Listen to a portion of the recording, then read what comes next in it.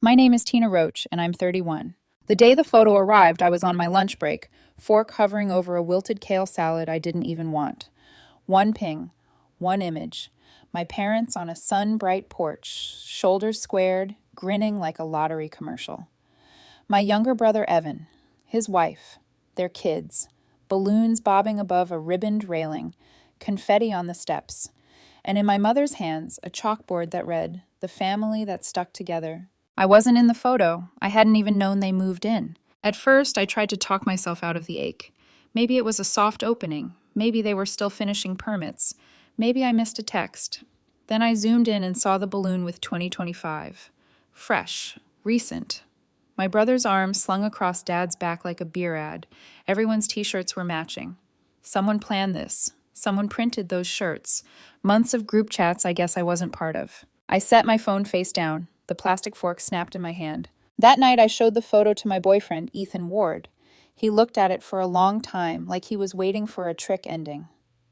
"So, I guess we're not family anymore," he said softly, and he started loading the dishwasher, jaw tight. We didn't argue. There was nothing to argue about. Silence can be its own verdict. 3 weeks later, they appeared on our porch holding a box of grocery store donuts, like the world hadn't curled in on itself. Dad breezed in first, all casual swagger. Mom followed with her too bright smile. They sat on our couch without asking. I stood, arms crossed, watching. No apology, no explanation. Dad cleared his throat and got straight to logistics. They were so close to finishing the basement, he said. Just needed a little cash. He listed features like a realtor, home theater, storage wall, play space for the kids. "Your brother's been helping with labor," he added. "You could come watch a movie when it's done," Mom chimed in. Like that line could erase the chalkboard sign. I stared at the box of donuts, glaze sweating under cheap plastic. "You built it without me," I said. "Finish it without me." The room vacuumed. Dad's face went an impossible red. He barked something about ingratitude, how they'd raised me, how they'd always been there, and how I was making drama out of nothing. Mom's eyes filled and spilled like she was shocked at my tone, not at the months I'd been quietly erased. I opened the front door. The message was the same as the photo. "I'm not invited." Ethan waited in the kitchen while they muttered out. When the door closed, he exhaled like he'd been underwater. "You okay?" he asked. I nodded. I wasn't, because behind the erasure was arithmetic. My parents hadn't called my brothers when they needed the down payment on the land for this forever home. They called me, and I, like the faithful, responsible daughter I was trained to be, asked Ethan if we could loan them $20,000 from the savings we'd been building for a future we hadn't even had time to define yet. First home, maybe a fertility consult someday, maybe just a little breathing room. He said yes because he trusted them, because he trusted me. They never paid it back. Then came the heating system emergency, another $5,000. That was my personal savings. 2 years of extra shifts, canceled trips, cheap birthdays. I wired it in one call. They smiled and promised. Winter ended, so did the promises. So seeing that photo, the matching shirts, the chalkboard, the party that didn't need me, wasn't just about being left out. It was the feeling you get when you realize you've been the bank and the punchline. That night, Ethan and I sat at the dining table with a bottle of red and a manila envelope I labeled "Loans to Parents." I pulled out every transfer, every screenshot, every text. A birthday card from Mom thanking us for coming through again and promising repayment after the tax refund. I updated the total at the bottom, $25,000. "That's it," I said, fingers shaking over the number. "I want it back." Ethan didn't fight me. He just asked one question. "Are you ready for what comes with that?" I thought of Dad's temper bottled under folksy jokes, Mom's tears used as tools, the way Evan parrots whatever made Dad stop yelling. I also thought of the chalkboard and the quiet dishwasher, and how Ethan had said "we" when he said "not family anymore." "Yes," I said, "I'm ready." The next morning I sent a message, flat, simple, no poetry. "I've reviewed everything. You owe us $25,000. $20,000 from Ethan and $5,000 from me. Please confirm how and when you'll return it." No response. 3 days later, I forwarded the same message. Still nothing. By the end of the week, Mom called, as if we were chatting over coffee, asking if we wanted to come by Sunday to see the kids. I didn't mention the invitation. I repeated the number, $25,000. She sucked in a breath and said she didn't want this to become a big issue, that money isn't worth ruining relationships. You're right, I said. That's why you should return what you owe. She hung up. That weekend, Ethan and I sat across from a lawyer in a room with too many certificates on the wall. I slid the envelope across the desk. He flipped through bank transfers, annotated texts, the birthday card, even a casual, "We'll get it back to you next month" message from Dad. The lawyer didn't flinch. "You've got a case," he said. We drafted a demand letter, certified mail, signature required. It landed 2 days later. My phone stayed quiet. Then Dad called, but not me, Ethan. "She's being hysterical," I heard Dad's voice tinny through Ethan's speaker. "She's misremembering. That money wasn't missing. It was a gift. We all agreed not to keep track. Family doesn't nickel and dime." Ethan's voice didn't rise. "You said that," he replied. "Tina never agreed to it." Click. 4 days of silence. Then a text from Evan, all caps and heat, asking why I was threatening to sue over gas money. Gas money. I asked what they told him. He said it was a couple hundred. I gave them when they were struggling. I sent him the screenshots, the ledger, the demand letter. He went quiet for 2 hours. Then, "They told me it was just 100 for groceries." What the hell? Yeah, what the hell? I called Uncle Alan next. We're not close, but he's allergic to nonsense. I told him what was happening. He wasn't surprised. He said they'd borrowed $15,000 from him last year when the builder walked off. And he figured the rest came from the bank. It hadn't. It came from their daughter with the tidy envelope and the boyfriend who says "we" under his breath like it's a promise. "Send me your proof," Alan said. "Let me handle it." After we hung up, I scrolled social media for the first time since the photo. Maybe I wanted to torture myself. Maybe I wanted evidence. On Mom's page, there it was, a carousel of vague quotes about loyalty and family posted a day after the demand letter arrived. And beneath them, a familiar name had sprinkled hearts and clapping hands. Jenna Park, Ethan's ex. We don't talk about her. I stared at her name like it was a stain. Coincidence. It had to be. But the thing about a stain is once you notice it, you see it everywhere. Mom's next post, something about children forgetting who sacrificed, had a half dozen likes from people I didn't know, and one comment from an account with no profile picture that read, "Some partners turn daughters against their mothers." A stranger's account, new, empty, following Mom. I put my phone down. "Everything okay?" Ethan asked from the doorway. "Yeah," I lied, "for now." The next evening, Mom texted me 6 words like a trapdoor. "Can we please talk about this?" I told her she could come by, with Dad. If they had something real to say it to my face. They arrived at 5, just when the light goes golden and the edges of things get too beautiful for the conversation you're about to have. Ethan sat on the couch, steady. He didn't stand. Mom started with disappointment, the kind heavy with performance. Hurt that I'd involved a lawyer. Shocked I'd take it this far. Dad wanted to know what I expected, since they aren't made of money, and I should remember who raised me. The script was older than I am. "I'm not asking for anything extra," I said, "just what you owe." "And what if we don't pay?" Dad asked, trying to find fear in my face. "Then you'll deal with court." He stood, voice rising, throwing words like knives. Selfish, ungrateful, hysterical. He accused Ethan of manipulating me. Mom whispered please to him and sweetheart to me, but never sorry. Ethan stood, not loud, not flinching. "Tina has done everything for you," he said. "She's just done being your ATM." They left, again. The door closed like a verdict. Later, I poured the rest of the wine and stared at the manila envelope. Inside was math and memory and the last piece of a daughter who used to say yes first and cry later. I slid the envelope back into the drawer and turned the deadbolt. The morning after that storm of a visit, I woke up to sunlight that felt wrong, too calm, too clean for the chaos underneath it. Ethan had already left for work.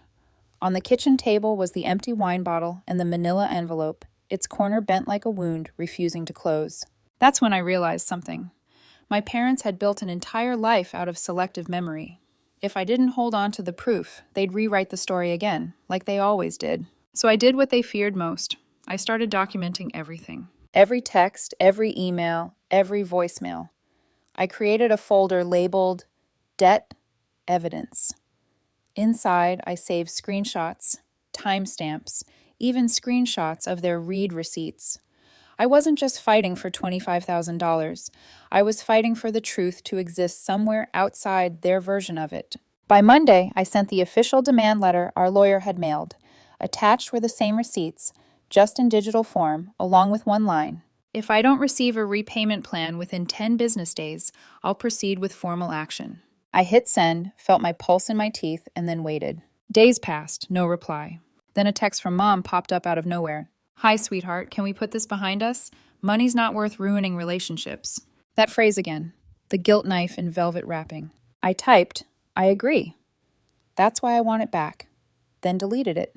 Typed again, shorter this time. "Please respond with your repayment plan, thank you." She left me on read. That evening, I checked social media. Mom had posted another one of her vague quotes. "A mother's love has no price tag." Comments flooded in. Church friends, old neighbors, people saying, "So true, Deborah," and "You're such an angel." And right there in the likes was Jenna Park again, Ethan's ex. I didn't say anything to Ethan that night. Not yet. I needed to be sure. 2 days later, Dad called. Not to apologize. To lecture. "Taking your own parents to court?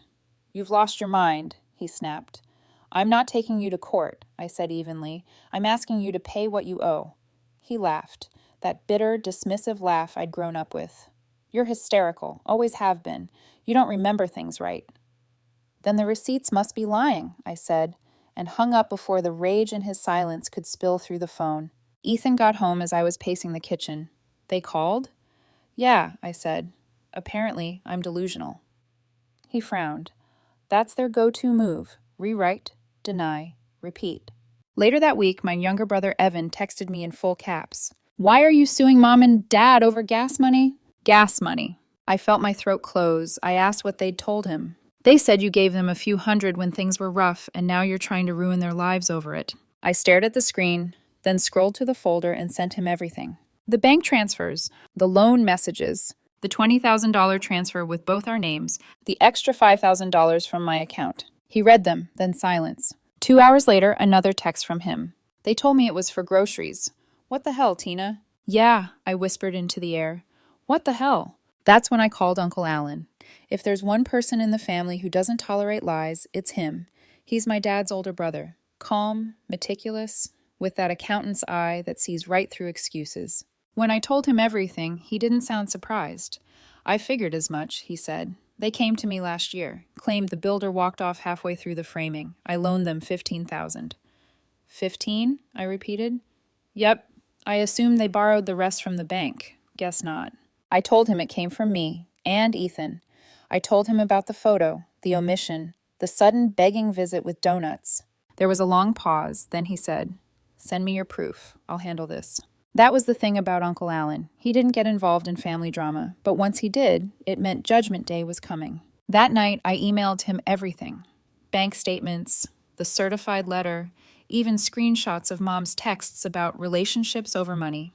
He replied within 10 minutes.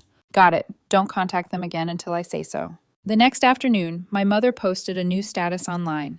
"When children forget their roots, they end up alone."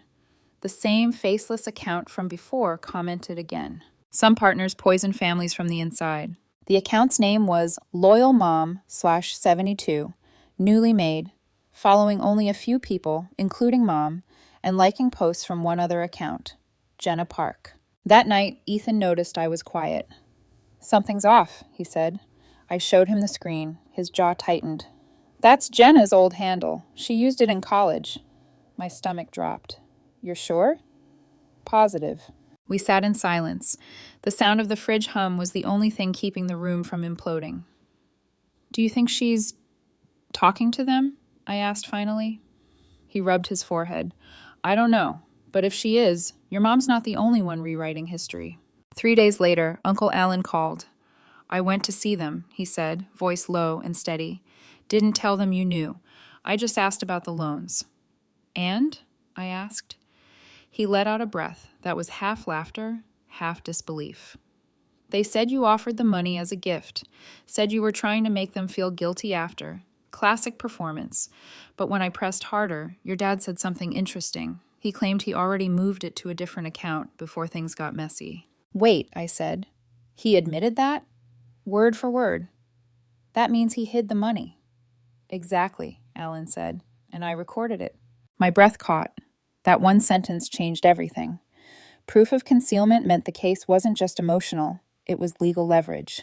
Alan continued, I'll send the file to your lawyer. Let him work his magic. In the meantime, expect the guilt campaign to intensify. He was right. The next morning, I woke to 7 missed calls from Mom and 2 voicemails from Dad. Then, a text from an unknown number. Money can't buy you love, Tina, but it can make you lose it. The number traced back to an area code I didn't recognize, but Ethan did. It was Jenna's hometown. I didn't reply. I just forwarded everything to our lawyer with one line. They've started the smear campaign. That afternoon, my lawyer called back. We're moving to file, he said. With that recording, your father's admission is enough to prove intent to conceal. They'll panic soon. And panic they did. By the next week, my parents had gone on a full-blown family PR tour, calling relatives, crying on speakerphones, claiming I'd lost control, that Ethan was manipulating me, that I'd forgotten my place as their daughter. But this time it backfired, because Uncle Alan had already sent the receipts to half the family.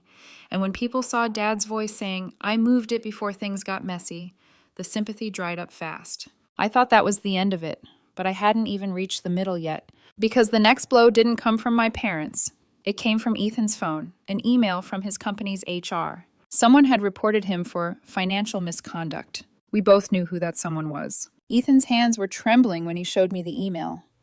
Someone submitted an anonymous tip, he said, claimed I was under investigation for fraud, attached fake screenshots of transactions with your last name.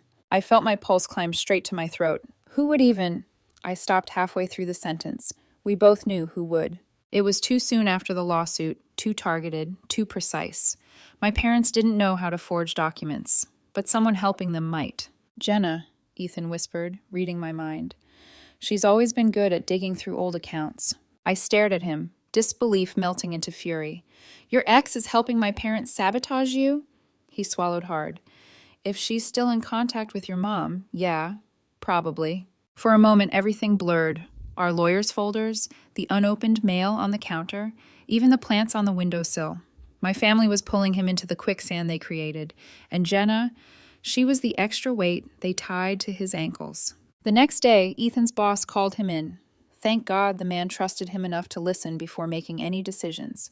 He verified the dates, the bank accounts, the supposed evidence. None of it matched. When Ethan came home, he looked exhausted but calm. They tried, he said, but it didn't stick. I didn't even realize I was crying until he brushed a tear off my cheek. This is how they fight, he murmured.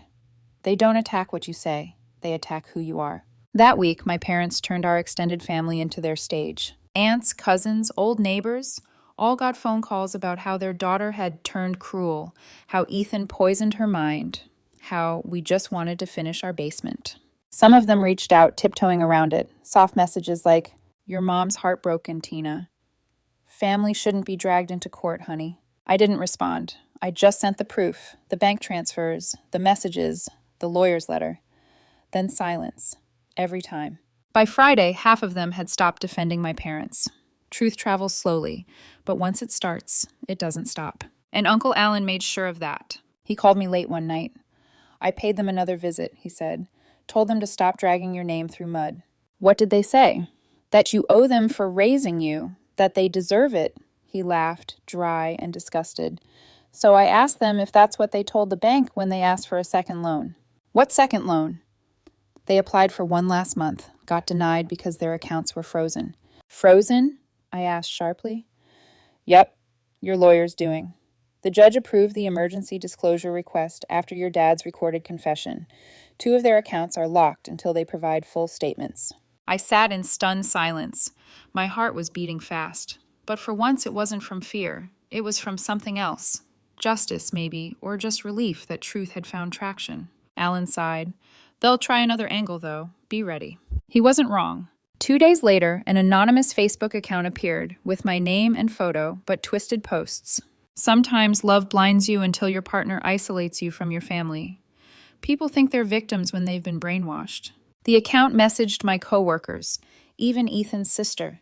Ethan's phone blew up with worried texts. Is Tina okay? Is everything all right at home? We reported the account immediately. But it had already done its job. It planted doubt. Our lawyer said, document everything. This strengthens your case.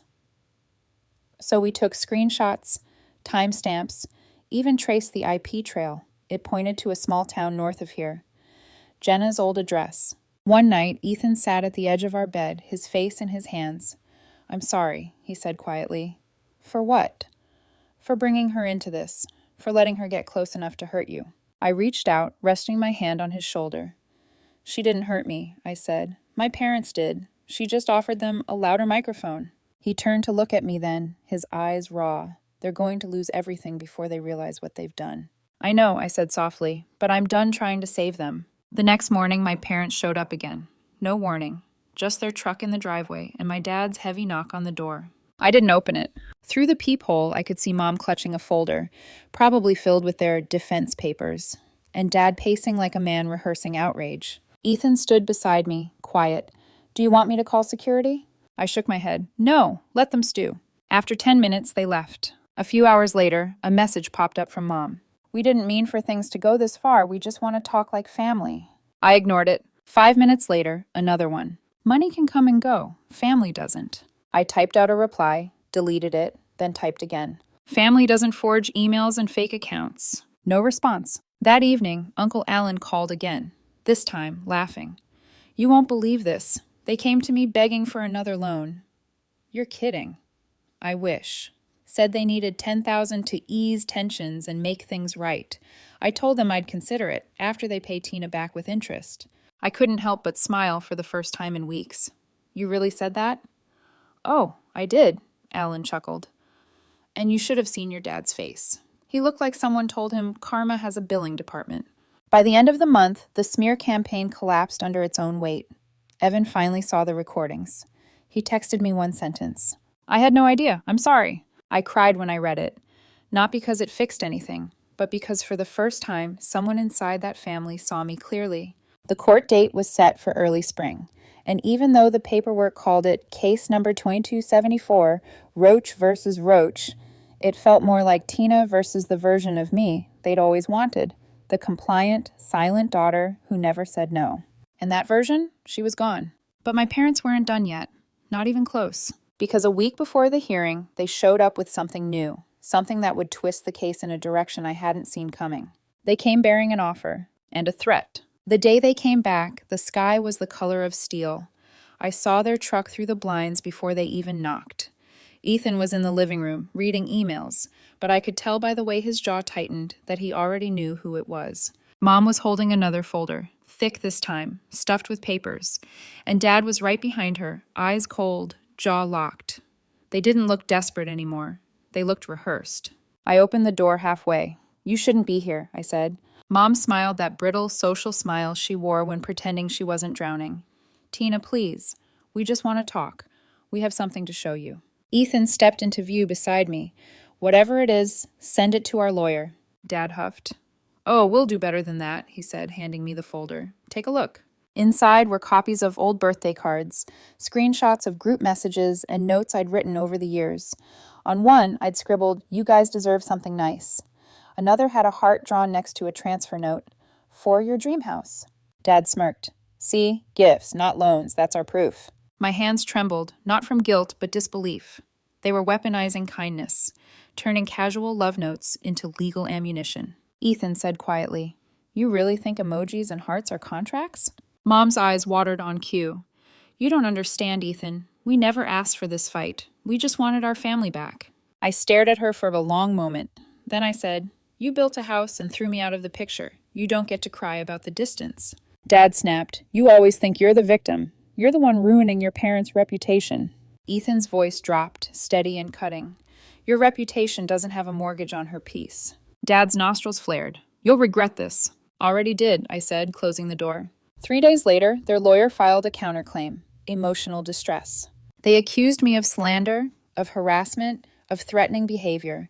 My lawyer called it a smokescreen of desperation, but it still made my stomach twist. Every document they filed had pieces of me, Old texts, casual language, family photos twisted into exhibits. Seeing my handwriting in legal ink was surreal. It was like being cross-examined by ghosts. At the hearing, the courtroom smelled like varnished wood and old dust. Mom sat stiffly beside Dad, wearing a soft pink cardigan like she was there for tea, not trial. I felt Ethan's hand close around mine under the table. Their lawyer spoke first. Something about misunderstandings between family, how money exchanged within close kinship circles can often be misinterpreted. Then mine stood, calm, sharp, surgical. He laid down every document, every timestamp, every recording. He played the clip of Dad's voice saying, "I moved it to another account before things got messy." The judge leaned forward. "You admit that you transferred the funds?" Dad's jaw clenched. "It was our money. She gave it to us." My lawyer's tone was polite poison. "Then why hide it?" Dad's silence filled the room like a confession. Mom started to cry softly, her tissue trembling just enough to be seen. But the judge didn't look at her. He looked at the numbers, the signatures, the recording. When it was over, he spoke evenly. "The evidence supports repayment. Accounts will remain frozen pending resolution." It wasn't a final verdict, but it was a warning shot, and they felt it. After the hearing, in the parking lot, Mom called out behind us, "Tina!" I turned. She looked smaller, her makeup running, the illusion slipping. "We didn't mean for it to end up like this. We're your parents. We just wanted to finish our home." "Then you shouldn't have built it with stolen bricks," I said quietly. Dad muttered something under his breath that sounded like ungrateful. Ethan stepped in, body tense. "Don't," he said to him. "Not here." They drove off without another word. Weeks passed. The freeze held. Their contractor quit. Too much bad press. Too many bounced checks. The basement stood half-finished. Cold concrete and exposed wires, like a skeleton they couldn't bury. Mom sent another text. "Please, can't we find a way to end this?" I didn't answer. But then Uncle Alan called, sounding oddly amused. "They came to me again," he said. "Offered to sell me their old camper to make things right. I told them I'd settle the debt myself, on one condition." "What condition?" "That they pay me instead with interest. I'll front your repayment now so you can close the case." I froze. "Alan, you don't have to—" He cut me off. "Tina, I want this finished. You deserve peace, not paperwork." A week later, my lawyer confirmed the settlement. The payment, fronted by Uncle Alan, hit my account like quiet thunder.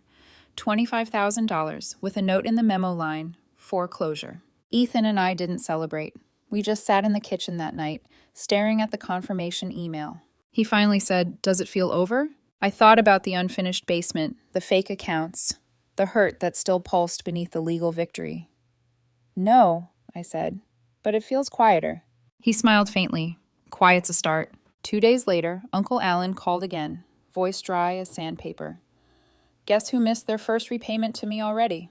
I let out a humorless laugh. "You're kidding." "Nope, not even a week." He sighed, then added, "I told your dad something, though." "What?" I said, "Tina's forgiveness is optional. My interest isn't." I couldn't help it. I laughed for real that time. By spring, the lawsuit was officially closed. But my parents' empire of appearances was crumbling faster than their credit score. They'd tried to refinance and failed. Tried to borrow from relatives who now wanted receipts.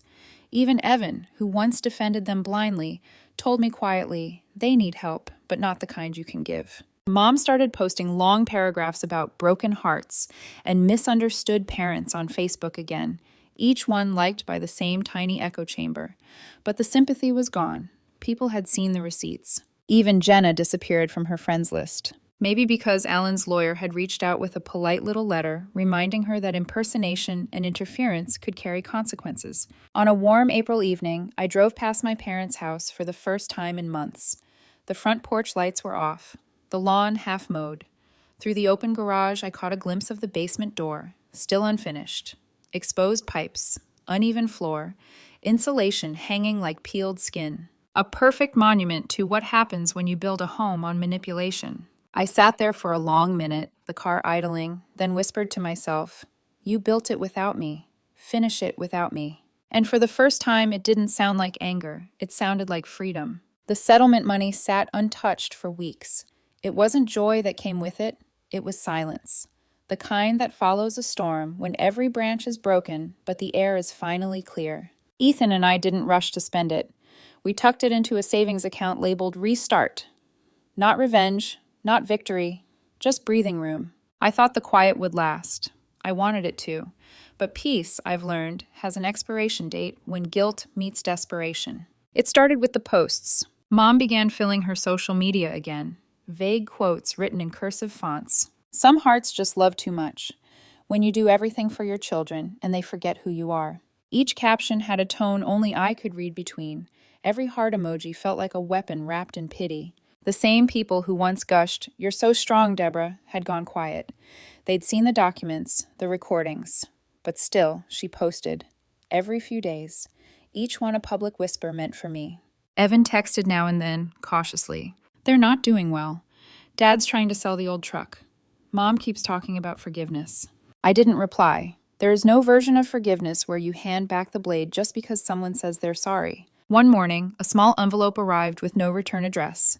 Inside was a photo, one of the family taken years ago, long before the house, before the loans, before everything fractured. On the back, Mom had written, "Family is forever. Please remember that." Ethan found me standing by the window, holding it like it might burn through my fingers. "You okay?" he asked. I smiled faintly. "Yeah, I just realized something." "What?"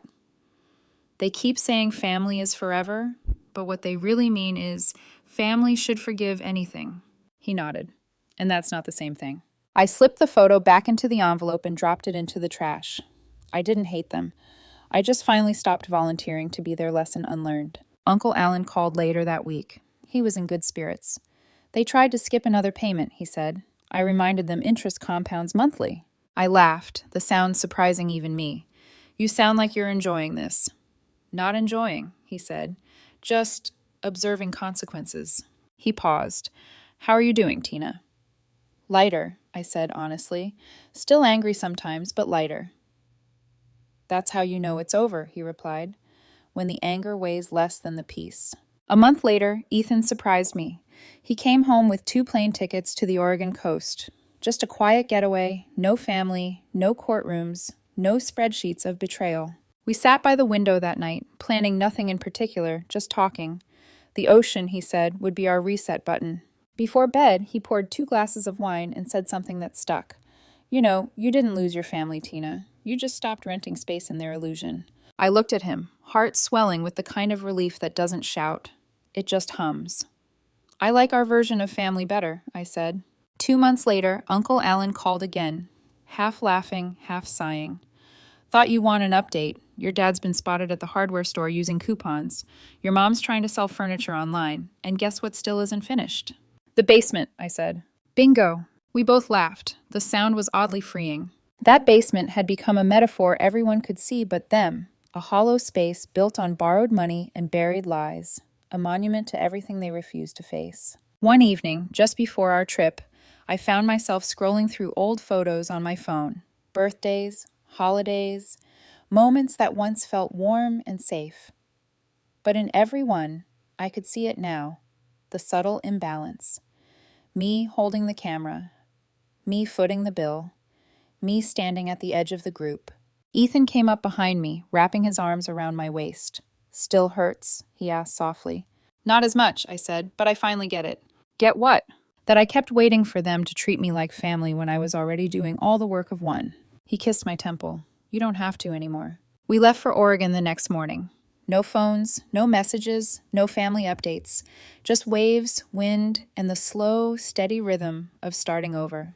On the 3rd day, we walked along the shoreline at dusk. The sky burned pink, the kind of beauty that asks for silence instead of words. Ethan took my hand and said quietly, "You did it. You stopped letting them build you into their foundation." I smiled. "And now?" "Now you build something of your own," he said. I looked out at the horizon, the sound of the sea filling the spaces where guilt used to live. For the first time, I felt free, like the tide itself had washed the last of their hold away. When people ask now if I'm close with my family, I just smile and say, yes, because I am. The family I chose. The one I built without manipulation, without guilt, without unfinished basements. And that's the only version that matters.